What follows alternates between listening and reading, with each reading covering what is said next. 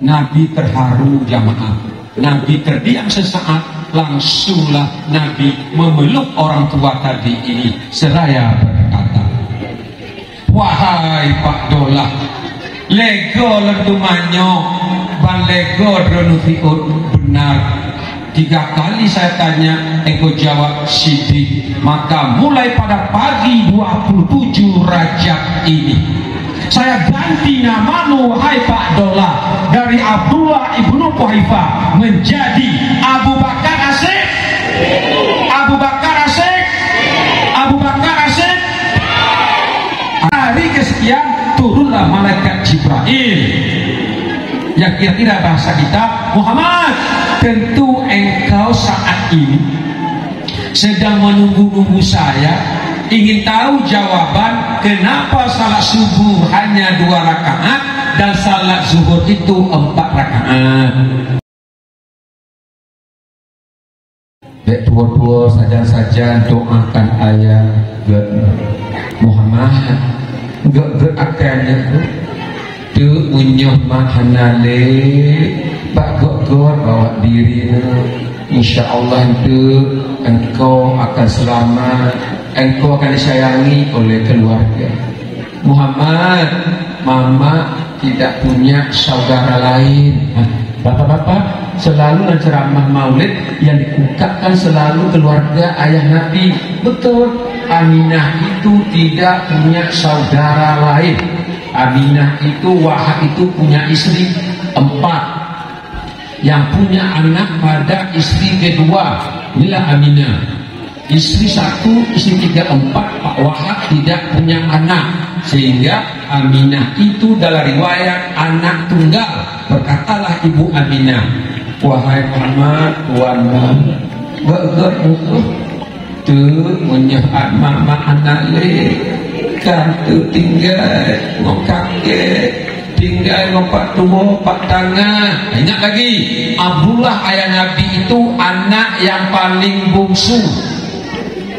Selama ini silap penceramah, salah penceramah, dikatakannya Abu Talib, Abu Jahal, Abu Lahab itu paman Nabi. Bukan, yang namanya paman adik ayah.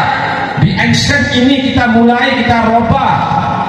Kita sering ditipu-tipu oleh para orientalis, yaitu Zahubronye. Ingat ini, menyimpang bacut. Rukun salat 13 perkara, rukun iman 6 perkara. Tidak ada kata-kata perkara nih bapak-bapak. Perkara itu takut orang. Rukun salat 13 selesai masalah. Rukun iman 6 selesai. Rukun Islam 5. Tidak ada kata-kata perkara. Itu bahasa orientalis. Nah, kembali kepada kisah nyata. Muhammad, tuan nyokubur ayah, baik saja tuh untuk mak punya mama anale, gak akai makbul, gak akai ke, kan insyaallah tu akan tinggal ngon kakek, ngon pak tangan, ngon pak tua. Nabi kita masih kecil lah, masih umur 6 tahun, paling-paling SD itu kelas 1 atau TK 0 besar. Nabi kita terdiam seraya bertanya, mak, pakon rumah mak mari lagi nyang mak pakak lemak dari kampung Tanyau, dari Mekah ke mak untuk ziarah ke kubur ayah, tapi mak marit yang lain mak pakon mak. Nyau Muhammad, kata mama hanadrik itu Muhammad, dek susah-susah kok punya mama analin tu, engkau tu nah yang puas kekodar mokok. Habis ngomong begitu, mamanya rebah, mamanya meninggal. Menangis Nabi kita sebagai manusia biasa.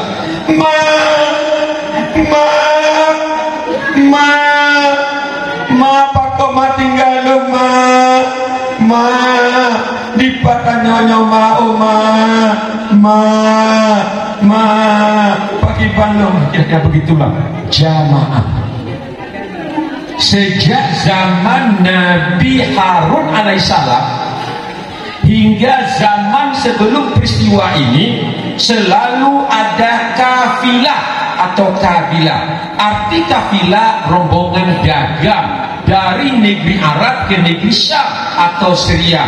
Selalu pimpinannya, bosnya adalah lelaki. Bos orang yang dagangnya selalu awak agam. Tapi entah kenapa, tak kala peristiwa ini ada mau melintas suatu rombongan dagang yang pimpinan rombongannya bapak-bapak, ibu-ibu, tolong catat nama populernya Nurul Ainan. Arti Nurul sinar atau cahaya, arti Ainan penyejuk mata. Itu pimpinan dagangnya. Masih jauh dia, masih sekitar 12 mil. 12 mil itu sekitar 19 kilo. Kira-kira dari kompleks sekolah kita ini masih ada di Semanyang sanalah. Ibu ini lagi jalan di atas untanya, berkata kepada anggotanya semua, berhenti, berhenti, berhenti, pio, pio, pio, pio. Kenapa bos? Takut pio bos? Bu awak don, hana terdengar, nggak terdengar ada suara anak kecil yang menangis. Tidak bos. Masa nggak dengar kalian bunyi tangisannya?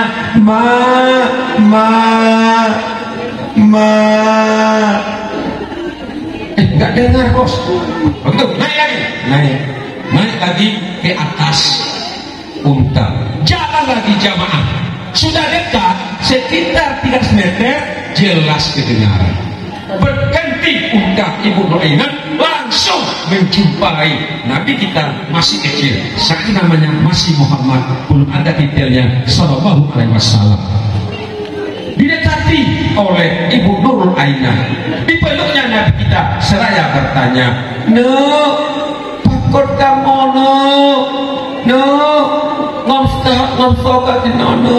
Nabi kita menjawab, sonankan. Nabi terdiam. Ibu, maaf bu, tanya satu-satu bu. Sonankan. Nabi kita menjawab, bu, nama saya Muhammad. Mendengar ini bergetar dengan Muhammad. Pakul kakek. Ibu, saya tujuan kemari untuk berziarah dari Mekah. Dengan siapa? Dengan mama. Mana mama? Jamaah, dengarkan baik-baik. Sewaktu dialog percakapan antara Nabi yang masih kecil dengan Ibu Nur Ainan ini, jenazah mama Nabi di depan Nabi. Tapi Ibu Nur Ainan tidak nampak. Tidak nampak di depannya ada jenazah terbujur, tertidur. Kabuna ngon mak pak ino maka meninggal bu. Tiba jenazah ino itu ditunjuk baru nampak. Masya Allah. Singkatnya dibawa pulanglah jenazah ini. Dibah jenazah, bawa pulanglah ke rumah kakek saya bu. Siapa kakekmu? Kakek saya adalah Syaibah. Syaibah itu nama asli jamaah. Nama populernya Abdul Muthalib. Yang hadir di sana patangan Nabi, di antaranya Imran, nama populernya Abu Talib. Ada lagi yang namanya Amir Hisham. Amir Hisham itu patangan Nabi, nama populernya adalah Abu Jahal. Ada lagi patuan Nabi, namanya adalah Abid Yazid, nama populernya adalah Abu Lahab. Zaman Nabi itu lebih populer gelar. Ingat jamaah, biar kita tahu sedikit. Nah, sudah diselesaikanlah jenazahnya, sehingga Nabi dipiara oleh kakeknya yang bernama Syaibah. Umur 8 tahun Syaibah meninggal dunia. Dipiaralah oleh yang namanya pak tangannya, yang namanya Imran. Nama aslinya Imran, nama populernya Abu Talib. Umur 17 tahun Nabi kita bekerja sampai umur 25 tahun, bekerja pada seorang janda. Janda itu bernama Khadijah. Tolong Bapak Ibu, guru bahasa Arab, secara balaghah nama istri Nabi yang pertama bukan Khadijah. Kalau Khadijah Eti tadi, tapi Khadijah. Beda sekali arti Khadijah dengan Khadijah. Kenapa Nabi bisa menjadi suami dari Khadijah? Ini riwayatnya. Nabi umur 17 tahun masih membantu patangannya Abu Talib. Anak Abu Talib banyak, sehingga katakanlah pendapatan Nabi untuk beramal terbatas. Maka patangan Nabi ini berkata kepada Nabi gedanya, Muhammad, tuan patangan Udinka punya patangan ba untuk melamar kerja, bantu-bantu hidrotoke ya rayu inang ke Mekahnya den patangan. Dibawalah oleh patangan Abu Talib menjumpai seorang janda yang sudah 2 kali dan namanya Khadijah. Anak-anak ustaz, ibu-ibu guru terutama yang masih single, sewaktu Nabi dibawa oleh patangan Abu Talib melamar kerja, kalimatnya jadi kurang berbunyi begini, toke take muat toke wujud lelaki tolong untuk diterima anu kumulanya sebagai karyawan drono buku yang jid itu insya Allah akan dikerjakan. Khadijah tidak menjawab iya atau tidak, tapi Khadijah memandang wajah Nabi, langsung timbul niatnya yang sangat tulus. Apa niatnya? Innamal a'malu binniyat. Khadijah tidak menjawab, tapi dalam hatinya lahirlah sebuah doa yang bunyi doanya itu saya artikan saja, ya Tuhan, ya Rabbi, jadikanlah si pemuda ini sebagai suamiku. Ya Tuhan, ya Zati, jadikanlah pemuda ini sebagai pendamping hidupku. Ya Tuhan, ya Khaliki, jadikanlah si pemuda ini sebagai jodohku. Terdiam, diulangi lagi oleh Abu Talib. Bu toke, puji diterima, tetap berdoa. Kali ketiga, ya jid. 8 tahun Nabi menjadi pekerja jujur luar biasa. Maka waqaba ila ta'arafu, jodoh itu misteri, sehingga jodoh Nabi adalah wanita yang sudah berkali penjanda, namanya Khadijah. Apa yang penting sekarang yang ibu-ibu terutama yang belum punya keturunan? Ibu-ibu, Khadijah menikah dengan Nabi umurnya 40 tahun. Nabi kita umur 25 tahun. Sampai saat ini Pak Adihar baru pulang dari Tanah Suci, bapak-bapak lain, Pak Hambali Haji semua di Tanah Suci. Ingat ibu-ibu semua, di negeri Arab, Jinohat sampai sekarang perempuan umur 36 tahun sudah menopause. Tetapi kenapa Nabi kita menikah istrinya umur 40, 42 hamil, 43 lahir anak yang pertama namanya Abdullah. Ingat namanya Abdullah. Sikap dan sifat Rasulullah itu yang mesti perlu kita tiru. Ada 4. Beda sikap dengan sifat. Sikap adalah tingkah laku, perbuatan, gerak tubuh, itu namanya sikap. Contoh, Ulia lewat di depan Bapak Hambali. Bapak Hambali lagi ngomong dengan Bapak Ahmad, Bapak Kepala Madrasah. Yulianya atau Faridanya pasti menunduk sedikit. Itu namanya sikap. Saya bertamu ke rumah Bapak Kasih Pendis, ada perlu tentang istri saya nggak bisa sekolah, kurang sehat. Di pintu saya ketok. Itu namanya sikap. Kita di jalan ketemu kawan, beri salam, assalamualaikum, angkat tangan, namanya sikap. Tapi kalau sifat mempergunakan narasi, kayak tadi Syarhil, si Faridanya baca itu hari, qari'ahnya, itu namanya adalah sifat. Nah, sikap dan sifat Nabi ada 4 yang wajib kita sauri tawadani. 1, sidik. Sidik artinya bukan baik, tapi benar.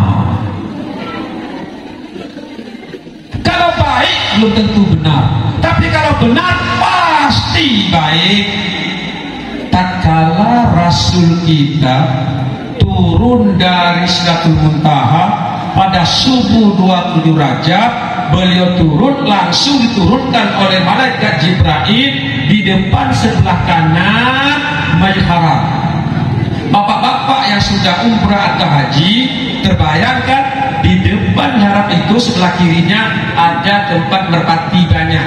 Nah, di depan merpati itu, di sanalah Nabi turun. Ada prasasti kecilnya. Nabi turun, diturunkan oleh malaikat Jibril. Nah, Nabi baru saja melihat surga, Nabi bermantau melihat neraka, Nabi baru saja bersumpah dengan Allah. Tentu banyak sekali perasaan Nabi. Lagi katanya menyona perasaan tente perlecuhan bangun. Nah, Nabi turun, terdiam, Nabi berdiri, Nabi langsung berpikir. Dan seraya Nabi berkata dalam hati, ya Allah ya Rabbi, Fomantong yang lewat akan lembut dan sampaikan pengalaman lembutlah.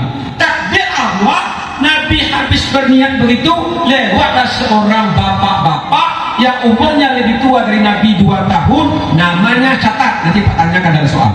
Namanya adalah Abdullah ibnu Quhaifah. Tolong ibu guru agama, guru SKI, catat namanya Abdullah ibnu Quhaifah.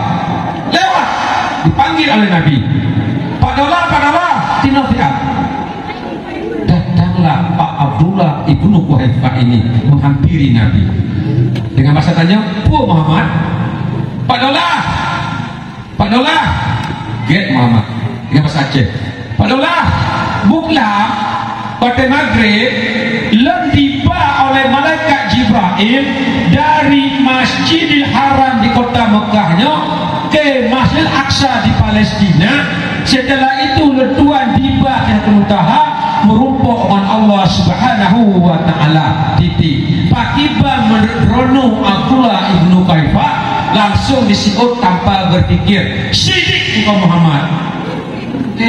Pak Dola, baik langsung puja sidik, dengar gak lo dengan bahasa Jamil rumah. Pak Dola, malam cakko sewaktu maghrib, ambo dibawa oleh malaikat Jibril dari Masjid Haram di kota Makkah kok menuju Masjid Aqsa di kota Yerusalem. Setelah itu ambo dibawa ke langit, bersua merumpuk dengan Allah.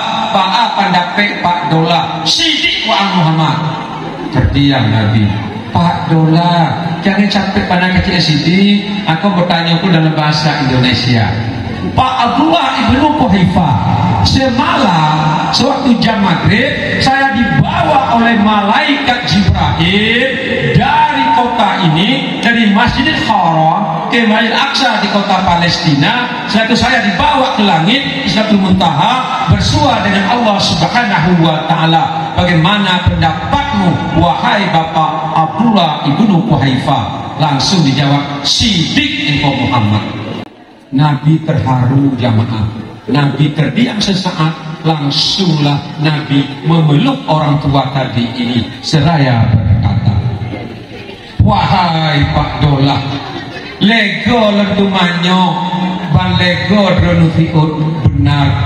3 kali saya tanya, engkau jawab sidik. Maka mulai pada pagi 27 Rajab ini saya ganti namamu hai Pak Dola dari Abdullah ibnu Quhaifah menjadi Abu Bakar Asik. Abu Bakar Asik. Abu Bakar Asik.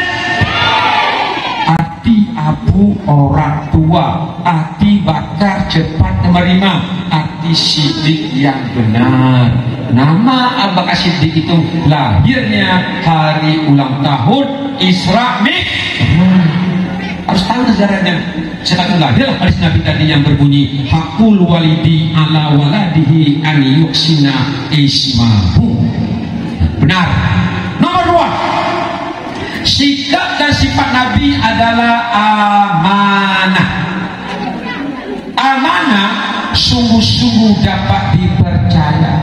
Ketua OSIS yang telah kerjanya memegang amanah. Ananda Ulia sebagai MC dan kawan-kawannya memegang amanah. Bapak Adihar MA sebagai kasih pendais memegang amanah. Pak Yulisman sebagai pengawas untuk di Abdiah ini memegang amanah.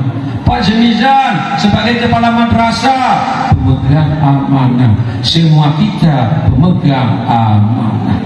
Apakah arti amanah? Secara balaghah, amanah artinya adalah setiap perbuatan sesuai dengan petunjuk dan ketentuan. Tuliskan, arti amanah adalah setiap perbuatan sesuai petunjuk dan ketentuan. Contoh, ada seorang tetangga Nabi, orang kampung Nabi, namanya Mu'adz. Hurufnya Mu'adz, mim, ya, alif, atau ini saja, F-U-A-D-Z. Mu'adz, Mu'adz, Mu'adz, Mu'adz, Mu'adz namanya. Si Mu'adz ini orangnya lada, si Mu'adz ini orangnya nyinyir, si Mu'adz ini orangnya cublek, si Mu'adz ini orangnya selalu tidak pernah puas. Nah, si Mu'adz ini pada suatu hari bersua dengan Nabi kita. Seraya langsung bertanya, tidak memanggil Nabi, tidak memanggil Rasulullah, tapi dengan bahasa dia. Apa katanya? Muhammad, Muhammad. Ya Pak Muhammad. Muhammad. Ya Pak Muhammad. Apa Pak Muhammad? Apa yang sasaran itu? Muhammad. Pakon yang Allahnya Tuhan kanyonya gurah. Gurah pakon dan juga Pak Muhammad. Punya gurah rumah. Pakon. Gurah tak Allahnya? Pakon gurah. Lucu tak, aneh tak, unik tak Allah? Pakon Pak Muhammad. Sudah dengar gak Muhammad? Kadi aku mana ni? Muhammad. Pakon Allahnya iudanya salat subuh. Lagi tanya baik oleh Pak Adihar. Pakon diu oleh Allah salat subuh hanya 2 rakaat.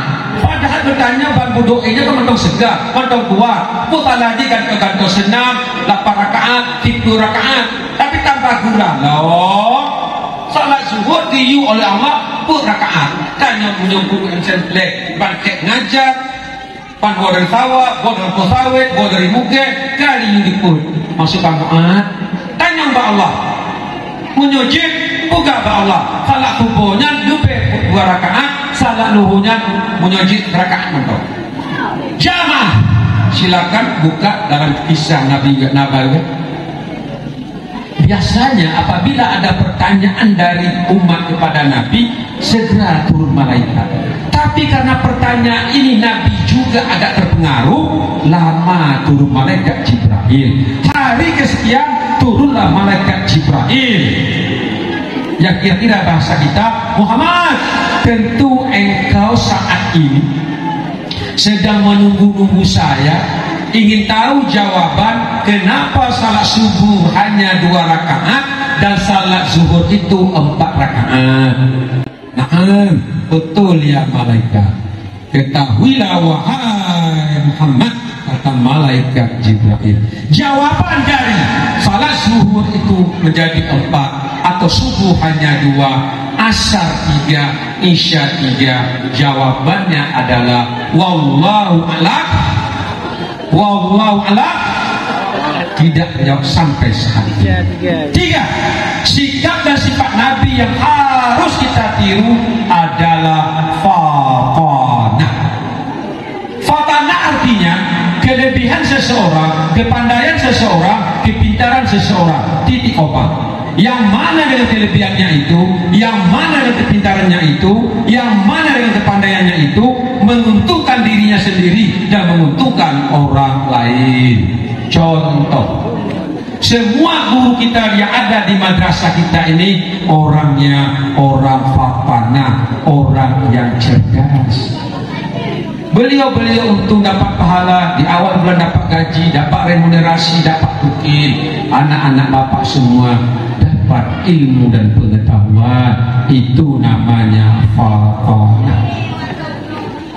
Sedangkan lawannya cerdik, cerdik artinya adalah kelebihan seseorang, yang kepintaran seseorang, kepandaian seseorang, titik koma, yang mana kelebihannya itu dengan kepandaiannya itu, dengan kepintarannya itu menguntungkan dirinya dan merugikan orang lain.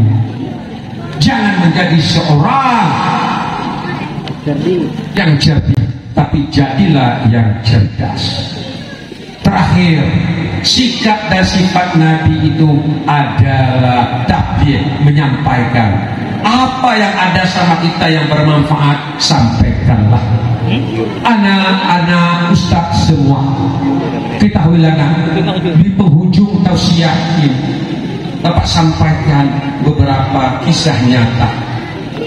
Tatkala Bapak membawa ibu istri Bapak yang pernah guru di sini berobat ke Banda Aceh di klinik eksekutif. Nama dokternya Dokter Ferry, nggak perlu saya Bapak sambut.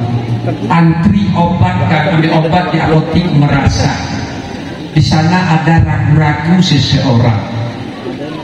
Lantas ditegurnya, ini Ibu Nini ya, ini Ustaz Fakri ya, iya. Maaf ya, Ibu siapa?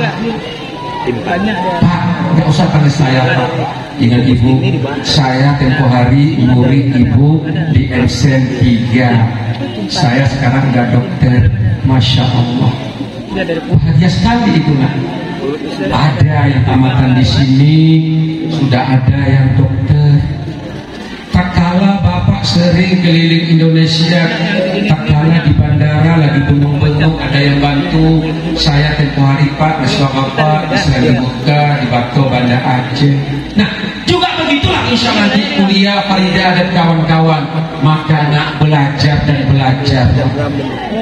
Nabi kita itu tunaksara, Nabi kita itu buta huruf, tetapi Nabi kita itu insya Allah menerima Al-Quranul Karim udalin nas sebagai petunjuk untuk umat manusia. Anak-anak ustaz semua, tidak usah kalian minder, tidak usah kalian berkata ulun tunjuk urung yang bermanfaat karena ayah dan gasir atalun wo kadang-kadang bu golomna ayah golon dari mendodo sawit. Tidak nak, yakinlah nak, asal kalian taat untuk beribadat, insya Allah Bapak yakin semua kami yang hadir ini hari akan mendoakan kiranya semua siswa-siswi Madrasah Sanawiyah Negeri 3 Abdiyah ini, baik yang sudah tamat ataupun yang mau tamat, serta kelas 7 dan 8 nantinya akan menjadi orang-orang yang hebat, tinggi darjat, bermartabat, terhormat, hidupnya bermanfaat bagi masyarakat, bukan sebagai pengkhianat yang dilaknat. Sebenarnya jadilah kalian sebagai seorang pemenang, bukan pecundang. Percayalah, di MSN 3 Abdian nanti akan lahir tokoh-tokoh ternama yang ianya yang akan mengharumkan sekolah ini. Nah, siapa menyangka sekitar 300 meter dari MSN ini saat ini menjadi bupati di Aceh Jaya. Siapa menyangka teman Bapak satu kelas beda bangku menjadi rektor untuk sebelumnya. Ada seseorang, mohon maaf,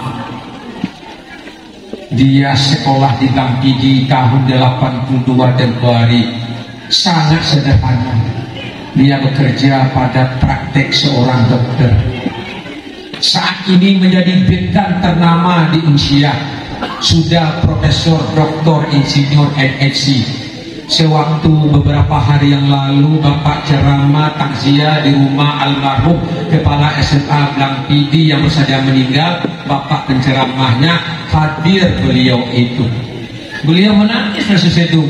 Beliau berkata dengan bahasa Aceh, Bu, nama istri kepalanya Ibu Yanti, Bu Mas Mangge.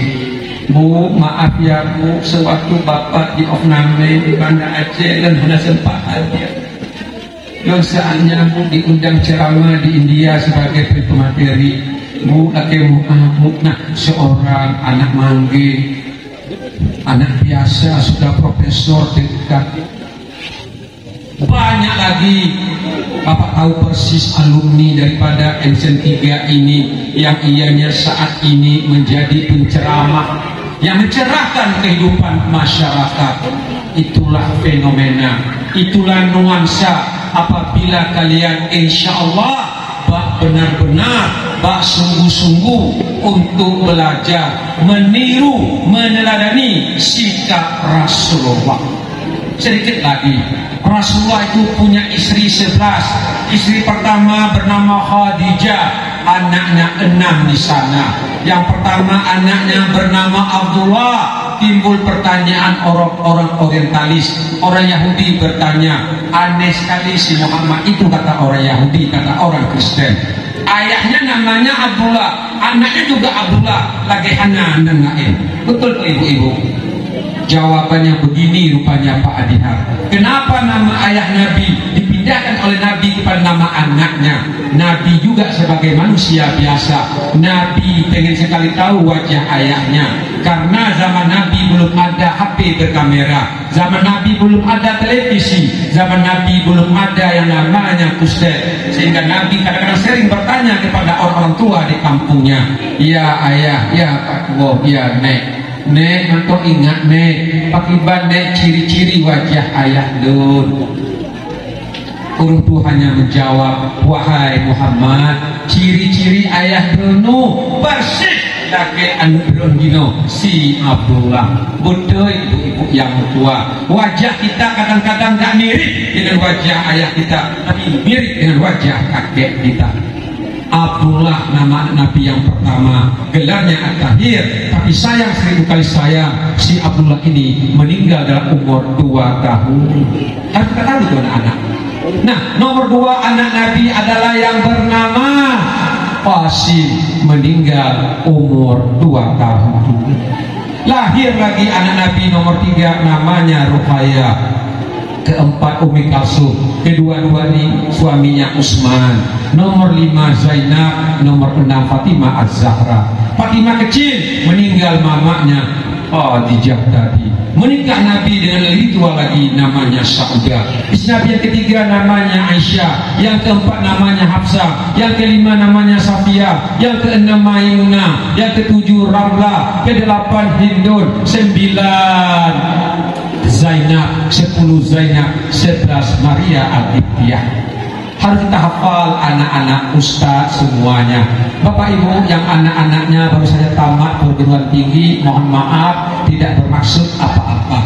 Anak kami, anak saya, anak ibu Nini wisuda tanggal 11 kemarin. Alhamdulillah tanggal 13 testing, lulus beliau. Yang dites itu tadi tukang-tukang tes itu dia ngetes pengetahuan umum sesuai suasana. Sekarang ini yang masih P3K yang mau testing tanggal 25. Di sini ada Pak Adihar. Tolong pelajari sejarah Nabi. Setiap ada tes yang sifatnya muatan lokal di Aceh, insya Allah tanya Pak Martin boleh. Telepon Pak Martin sekarang, Pak Adihar. Saya termasuk pembuat soal. Boleh telepon Pak Martin sekarang. Kalau dari Kakak Nuin itu yang biasa telepon ke kampus UIN, pertama Pak Gani Isa, kedua Pak Martin. Kalau perwakilan kabupaten, insya Allah saya yang diundang. Insya Allah. Boleh cek kepada Kata Menak Asal sekarang itu Pak Ici, Pak Elhuda.